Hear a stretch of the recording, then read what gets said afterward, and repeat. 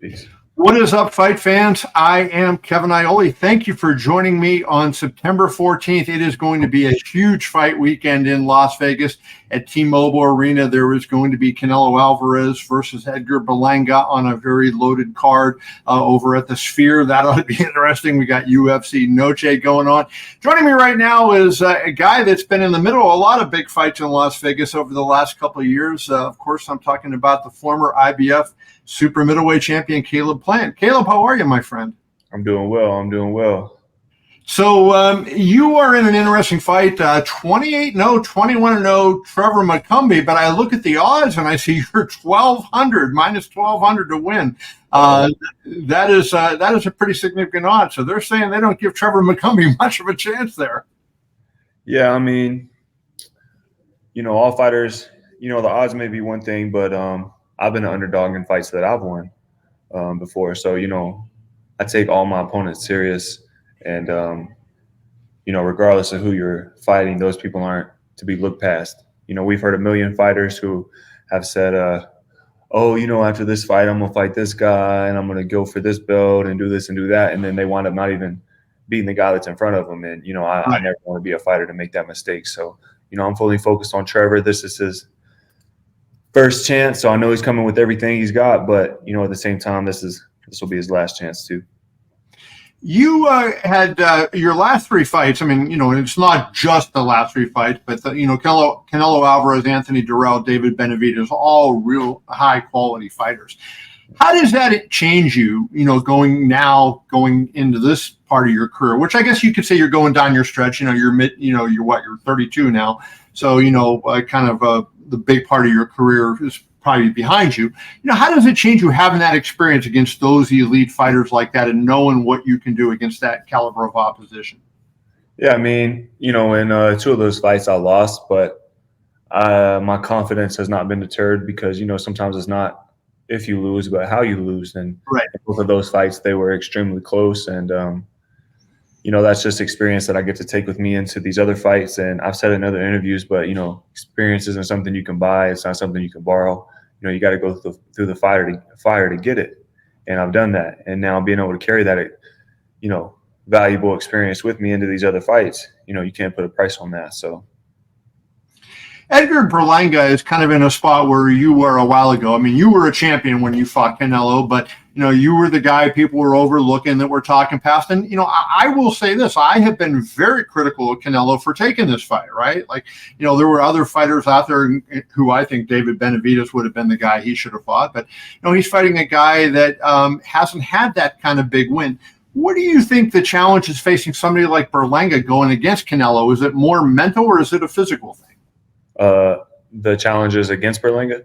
Yeah, the challenges that Berlanga faces going against Canelo. Well, for one, I feel like he doesn't have that experience. Unlike when I fought Canelo, I was a world champion. Right. Berlanga, he's never been a world champion. I won that against Jose Uzcategui, who was on a tear at the time, and who a lot of people were considering one of the boogeymen of the division. And so that was some experience that I had. Before that, Caleb Truax was a former world champ. Yep. And for Berlanga, I just feel like he'll need boxing skills that he doesn't have, ring IQ that he doesn't have, and a chin that he doesn't really have. And, there's been numerous clips floating around of him getting dropped in sparring by Erickson Lubin, who is a hell of a fighter and one of my close boxing buddies. We've known each other since we were kids. But at the same time, Erickson Lubin is a 154-pounder. Right. And, other clips of Edgar getting dropped and slumped in the amateurs with bigger gloves on against people who aren't nearly as skilled as Canelo.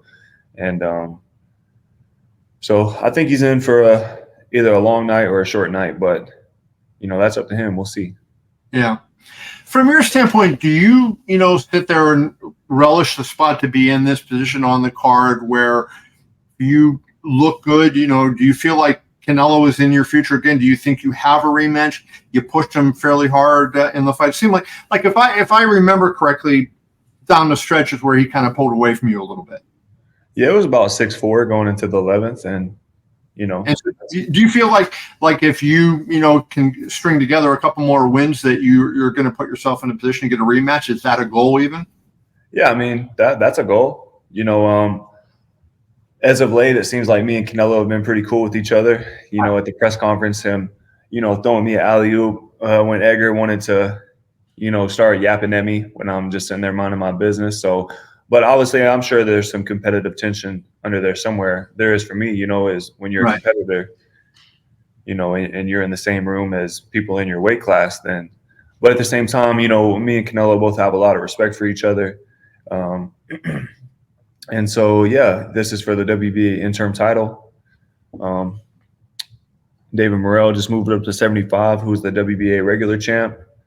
So I'm sure I'll be in that position soon. And then with Canelo being the WBA world champ, it makes sense. And we did I was looking at the stats yesterday, actually. And me and Canelo had the third highest pay-per-view since 2019 with 800,000 pay-per-view buys. And, that's the biggest number he's done in quite some time. And so, who doesn't want to do that again, right? Yeah, no, you've done well for yourself.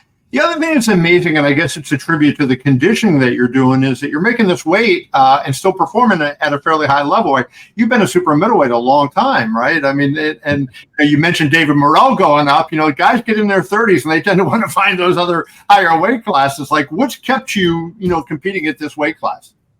Yeah, and just to add to that, in 2011, I won the Golden Glove Nationals at 178 pounds. Mm-hmm.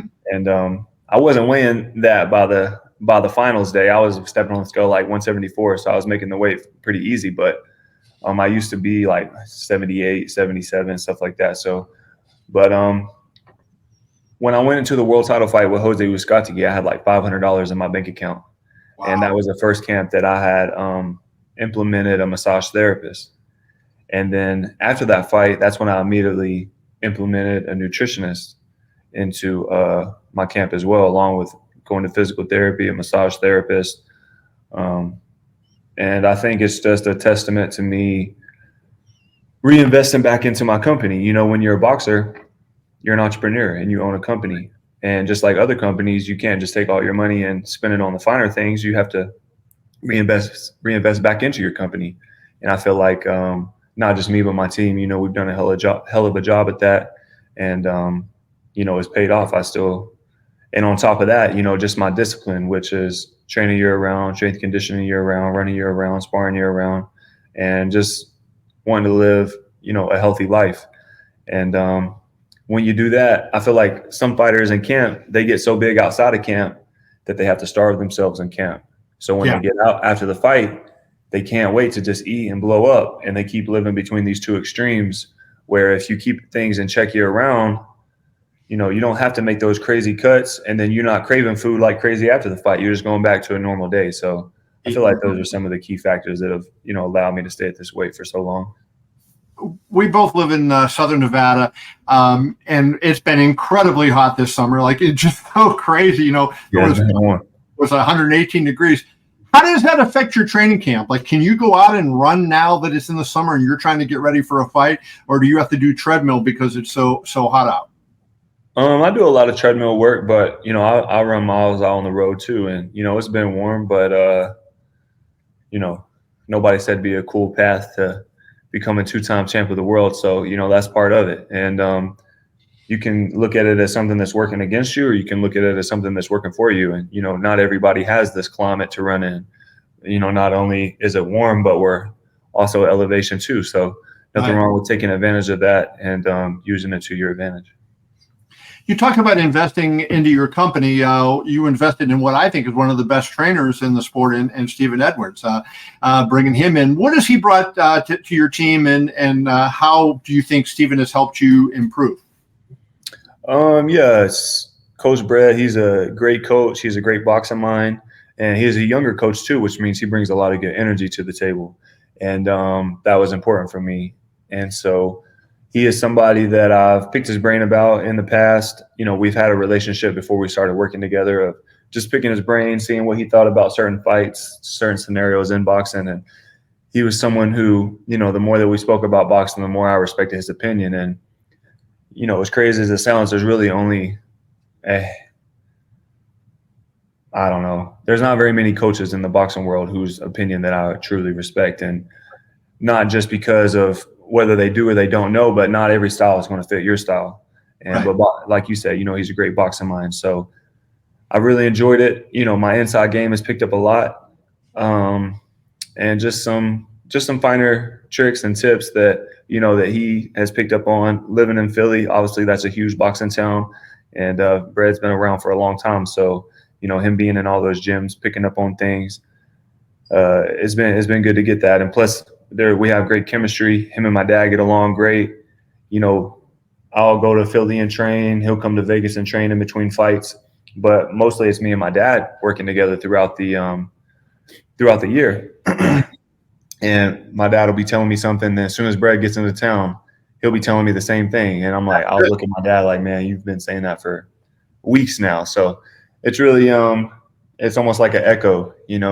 Brad's just taller and better looking than my dad. So That's great. I hope you're not going to do the Philly shell. We're not going to see that, all right, out of you, are you? I mean, I had the Philly shell before Brett came along, but more importantly, being able to switch through your guards and not just having one guard.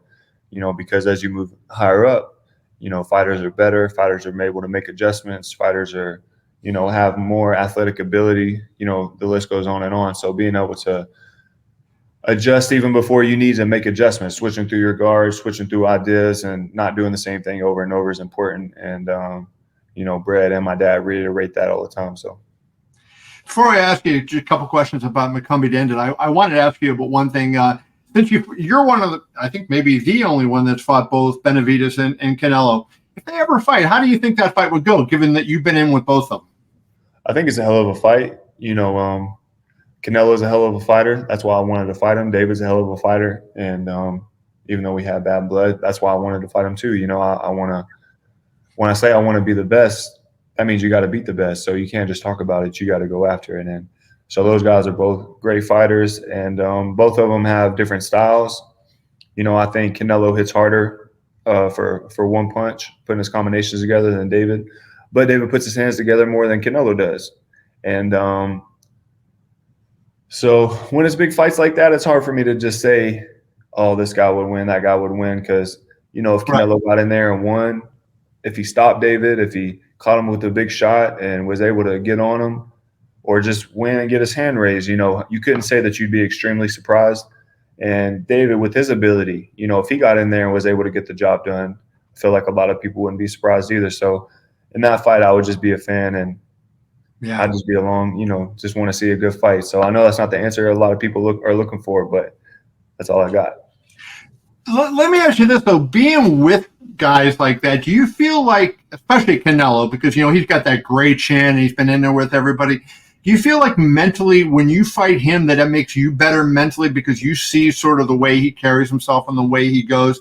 And I'm not even talking physically, but you've always said self-belief, Caleb, but, seeing how he believes in not only himself, but his skills and his chin, and that everything's going to work. Does that mind, can you pick up on that and add that to your own arsenal? Yeah. And, it doesn't necessarily, you don't necessarily have to fight someone to pick up on stuff like that. Watching film, you can see that. And Canelo doesn't just have that. There's tons of fighters that I've studied who have that, whether it be, James Toney staying relaxed, who also had a great chin and was able to, amazing. Yeah, who had a great chin and was able to stay relaxed even through tough moments and fights that he had. Bernard Hopkins had a great chin, obviously. And the list goes on and on of people who I've watched and seen how they were able to stay calm and cool under, big pressure moments. And, Canelo is it's not just him, but a list of them that I've studied that I've taken that from. So. Sure. Let's wrap up with this. McCumby's 28-0, 21 knockouts. Unless you're a hardcore fan, I don't think a lot of the casual fans who might be tuning into a Canelo fight are going to know Trevor McCumby. How good is he, and where do you think you take advantage of him? Where do you think your edge over him is in this fight? Well, I think the biggest thing I have over him is my consistency within the sport. He had a 4-year break for a while. Why that is, I'm not sure. And all those times, through those 4 years that he was resting, chilling, doing whatever, having a regular job, whatever the situation was, I was in the gym grinding, getting better, and sparring world champions, fighting world champions, becoming a world champ. And, now that he's back, maybe he is taking it serious. Maybe he is all in. But you don't get to just come in for this camp and all of a sudden take it serious and think that you're going to beat somebody like me, because that's just not going to happen. You can't wait till the moment comes for you to start doing everything right and expect that you're going to have a successful outcome. It takes years and years and years to get to that point. And I've always been consistent in boxing since I was 9 years old. I've been consistent in combat sports. And that's what's going to lead me to getting this victory, my consistency within the sport. You heard it from the man. September 14th at T-Mobile Arena in Las Vegas, Caleb Plant fighting Trevor McCumby on the Canelo Alvarez undercard. Caleb, always good to talk to you, my friend. All the best to you. Yes, sir. Good to see you again. See you. Be well.